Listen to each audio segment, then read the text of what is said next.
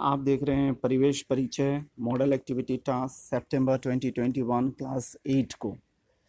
Welcome to SK study point Siliguri. तो अगर अभी तक आप इसकी स्टडी पॉइंट सिलीगुड़ी को सब्सक्राइब नहीं किया है तो तुरंत सब्सक्राइब कर लीजिए। लाइक और शेयर करना बिल्कुल नहीं भूलिएगा, क्योंकि आप इसकी स्टडी पॉइंट सिलीगुड़ी पर मॉडल एक्टिविटी टास्क के सॉल्यूशन ही नहीं और भी वीडियोस देखते हैं, जिसमें mathematics, English, grammar, mathematics, science सारे शामिल हैं। एंजॉय करते रहिए और इसके स्टडी पॉइंट सिलीगुड़ी के साथ बने रहिए। देखिए आपके स्क्रीन पर मॉडल एक्टिविटी टास्क का इंग्लिश वर्जन के क्वेश्चन दिख रहे हैं, बांग्ला वर्जन के भी क्वेश्चन दिख रहे हैं। तो हिंदी में अवेलेबल नहीं है क्वेश्चन बोलकर इसकी स्टडी पॉइंट सिलीगुड़ी आपके पास इसका रूपांतरित करके पहले की तरह सॉल्यूशन आपके पास लेकर आए हैं। तो स्क्रीन पर आपको इंग्लिश वर्जन और बांग्ला वर्जन का क्वेश्चन दिख रहा होगा। ध्यान से देखिए और समझिए और उसका हिंदी रूपांतरण में करके उसका सॉल्यूशन को देखकर नोट डाउन करते जाइए। रिक्वेस्ट पहले की तरह वही है, आप इसके स्टडी पॉइंट सिलीगुड़ी को सब्सक्राइब कर लीजिए। लाइक और शेयर करना बिल्कुल नहीं भूलिएगा। अपने फ्रेंड्स को भी बताइएगा कि इसके study point Siliguri quality videos लेकर आता है और केवल आपके लिए ही स्टडीज़ कराता है। इसके स्टडी पॉइंट सिलीगुड़ी पर आप क्लास 7 से लेकर 10 तक के वीडियोस प्राप्त कर सकते हैं, इसलिए आप प्लेलिस्ट की मदद से ही पढ़ाई कीजिए ताकि आपको सहूलियत हो।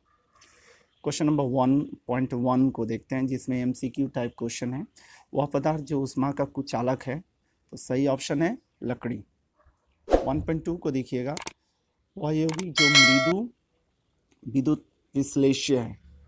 ठीक है, तो इसमें सही उत्तर है एसिटिक एसिड। होता क्या है ध्यान से समझिए आप।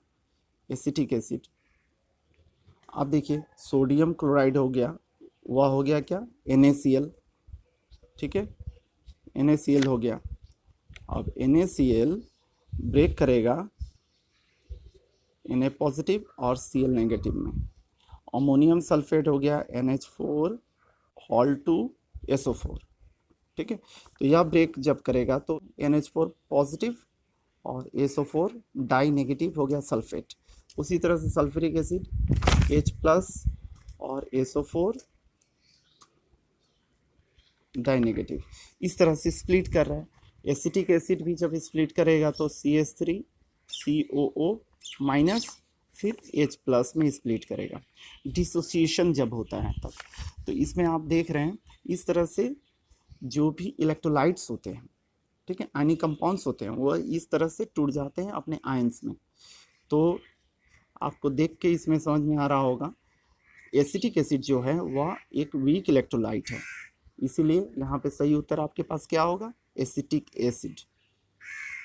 ठीक है, देखिए 1.3 को देखिए, इसमें देखकर आपको समझ में आ रहा होगा मधुमक्खी के जीवन की 4 अवस्थाओं को सही क्रम में आपको बताना है। तो सबसे पहले अंडा, उसके बाद लार्वा, फिर प्यूपा, उसके बाद फिर वयस्क होता है मधुमक्खी। तो समझ में आ गया होगा आपको। आप अपनी स्क्रीन पर देख पा रहे हैं इसकी स्टडी पॉइंट सिलीगुड़ी का थंबनेल को, और आप समझ पा रहे होंगे होम दिया हुआ है, वीडियोस दिया हुआ है, प्लेलिस्ट दिया गया है और कम्युनिटी दिया गया है। तो आप प्लेलिस्ट की मदद से आपको यहाँ पर स्टडीज़ करना है। तो याद रखें, आप प्लेलिस्ट की मदद से सारे वीडियोस को देख सकते हैं, नोट डाउन कर सकते हैं। 2.1 में देखिए फिल इन द ब्लैंक्स है, रिक्त स्थान भरें। उत्प्रेरक के चूर्ण करने पर ठोस उत्प्रेरक का पृष्ठीय सरफेस क्या होता है, बढ़ता है। तो यहाँ पे फिल इन द ब्लैंक्स में आप क्या लिखिएगा, बढ़ता है। 2.2 देखिए, थंडरिंग के दौरान वायु का कंपन ध्वनि उत्पन्न करता है। तो वायु यहाँ पे फिल इन द ब्लैंक्स में आएगा। 2.3 में कैफीन की उपस्थिति के कारण चाय पीने से शरीर उत्तेजित हो जाता है। ठीक है, तो चाय में कौन सा अल्कोलॉइड मिला, तो कैफीन मिला, यह बता दीजिएगा। 3.1 में देखिए, आप कैसे समझें कि पानी में अमोनियम क्लोराइड के विघटन में ऊष्माशोषी परिवर्तन है। मतलब कैसे आप समझते हैं कि एंडोथर्मिक चेंज है या फिजिकल चेंज तो है, ये आप जानते हैं, किंतु कैसे एंडोथर्मिक मतलब ऊष्मा अवशोषित होता है, कैसे आप बता पाएंगे। आप रिएक्शन सबसे पहले लिख लीजिएगा NH4Cl+ H2O उसके बाद में NH4OH प्लस HCl, यह रिएक्शन लिख लीजिएगा।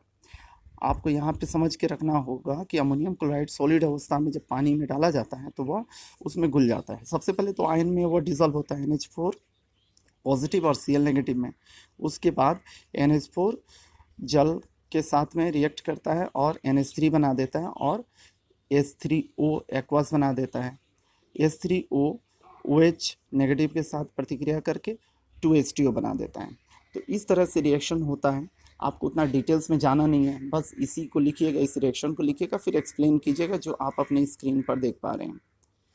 देखिए, नौसाधार हिंदी में बोलते हैं। अमोनिया जो होता है उसका क्या होगा, देखिए अमोनिया का फॉर्मूला यहाँ पे NH4Cl लिखिएगा, को जल में डालने से ये जल में घुल जाता है। देखिए जल में घुल जाता है और जल्द ठंडा हो जाता है, एकदम ठंडा हो जाता है, क्योंकि यहाँ पर क्या होगा, ऊष्मा का शोषण होता है, एब्जॉर्प्शन ऑफ हीट होता है। ठीक है, ऊष्मा को शोषित कर लेता है। इस कारण से रिएक्शन के बाद में आप क्या देखते हैं, पूरा सॉल्यूशन हो गया, एकदम ठंडा हो जाता है। अतः हम कह सकते हैं कि यह गोल ऊष्मा शोषी भौतिक परिवर्तन है। ठीक है, तो उम्मीद कर रहा हूँ आपको समझ में आ रहा होगा। आगे बढ़ते हैं, क्वेश्चन नंबर 3.2 को देखते हैं, जिसमें बताया गया ट्यूबरक्लोसिस या टीबी या तपेदिक हिंदी में बोलते हैं के लक्षण बताएं। देखिए क्या लक्षण है, तीन या अधिक सप्ताह से के लिए खांसी होगा, खांसी होता रहेगा, खून या बलगम, खांसी निकलेगा, सीने में दर्द या सांस लेने या खांसने में के साथ दर्द होगा, अनजाने में वजन कम हो जाएगा, थकान और बुखार होगा, रात को पसीना आएगा, ठंड लगेगा, भूख में कमी होगी। तो आप समझ जाइए कि यह लक्षण किसके हैं, टीबी के हैं, ट्यूबरक्लोसिस के हैं। ठीक है, क्वेश्चन नंबर 4.1 को देखिएगा। इसमें दिया गया है द्रव्य का वाष्पीकरण की दर किन कारकों पर निर्भर करता है। तो वाष्पीकरण इवापोरेशन बोलते हैं, तो इवापोरेशन की दर रेट किस चीज़ पर निर्भर करता है। आप देख रहे हैं इसके स्टडी पॉइंट सिलीगुड़ी का मॉडल एक्टिविटी टास्क और 4.1 को हम लोग कवर कर रहे हैं। द्रव्य का वाष्पीकरण की दर किन कारकों पर निर्भर करता है, इसको बताना है। वाष्पीकरण मतलब होता है ट्रांसपिरेशन, जिसमें आप लिक्विड स्टेट से गैसेस स्टेट में कोई भी सॉलिड, कोई भी लिक्विड क्या होता है, कन्वर्ट हो जाता है, चेंज कर लेता है अपना स्टेट को, लिक्विड से किस में, गैसेस स्टेट में। तो वह किन कारकों पर निर्भर करता है उसको आपको एक्सप्लेन करना है। तो सबसे पहला कारण है किस कारक पर, द्रव्य की प्रकृति पर, नेचर ऑफ द लिक्विड।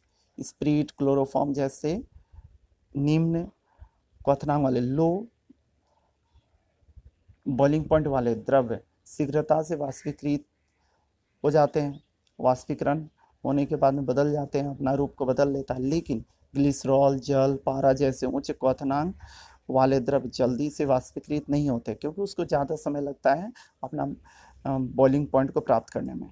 ठीक है, तो बॉइलिंग पॉइंट जिसका कम रहेगा वह जल्दी से क्या होगा, इवापोरेट हो जाएगा, वाष्पीकृत हो जाएगा, और जिसका बॉइलिंग पॉइंट ज़्यादा है वो देरी से इवापोरेट होगा। ठीक है, पॉइंट नंबर 2 को देखिएगा, द्रव्य का तापक्रम, टेम्परेचर ऑफ द लिक्विड। द्रव्य का तापक्रम जितना अधिक होगा वाष्पीकरण का दर उतना ही अधिक होगा। इस कारण कोई द्रव अपने क्वथनांक पर अधिक तेजी से वाष्प में बदलता है। थर्ड पॉइंट देखिएगा, द्रव की खुली सतह का क्षेत्रफल, जो सरफेस एरिया होगा अगर ज़्यादा है तो ज़्यादा वाष्पीकरण होगा। आप जानते होंगे बॉइलिंग जो हो रहा है वह पूरे लिक्विड में होता है, पूरे लिक्विड में, किंतु वाष्पीकरण जो होता है, इवापोरेशन जो होता है, वह द्रव की केवल ऊपरी सतह पर होता है। तो ऊपरी सतह का क्षेत्रफल जितना अधिक विस्तार वाला होगा वाष्पीकरण का दर उतना ही अधिक होगा। आप 3 पॉइंट को लिख लीजिएगा, आपका आंसर बहुत ही स्टैंडर्ड आंसर तैयार हो जाएगा। आप अपनी स्क्रीन पर थंबनेल देख पा रहे होंगे परिवेश परिचय और हिस्ट्री का। आप इसी थंबनेल को देखकर देखिए प्लेलिस्ट में और जाकर नोट डाउन कर लीजिए। हिस्ट्री के भी और भी सब्जेक्ट्स के भी मॉडल एक्टिविटी टास्क के क्वेश्चन हैं, आप जाकर देखते रहिएगा। 4.2 को देखते हैं, कृत्रिम रूप से किस प्रकार मछली के अंडे स्पैन्स ऑफ फिशेस को तैयार किया जाता है। कृत्रिम रूप से निम्न रूप से मछली के अंडे को तैयार किया जाता है। देखिए सबसे पहले कृत्रिम पद्धति से प्रत्येक स्वस्थ सबल मादा मछली के लिए 2 स्वस्थ सबल पुरुष मछली ली जाती है। 2 नंबर पॉइंट देखिएगा, मछलियों के सिर में मनुष्य के सिर की भांति एक पिट्यूटरी ग्लैंड होता है, पिट्यूटरी ग्रंथि होती है। इस पिट्यूटरी ग्रंथि का नमूना लेकर उन चुनी गई मछलियों को इंजेक्शन दिया जाता है। पुरुष और मादा मछलियों में से किसे कितनी बार इंजेक्शन दिया जाए, इसका एक निर्दिष्ट नियम होता है, उसको हम लोग फॉलो करते हैं। और इस इंजेक्शन देने के बाद में ही ये लोग क्या करेंगे, अपना डिंबाणु को तैयार करेंगे। पुरुष अपने शुक्राणु को निकालेंगे, उसके बाद में क्या होगा, जो पोना होता है वह तैयार होता है। तो देखिए थर्ड पॉइंट में, पिट्यूटरी इंजेक्शन देने के कारण मादा मछली डिंबाणु और पुरुष मछली शुक्राणु निःसरण करते हैं।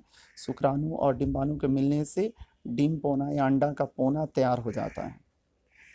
तो उम्मीद कर रहा हूँ आपको सारे क्वेश्चन समझ में आ गए होंगे इसकी स्टडी पॉइंट से लेकर।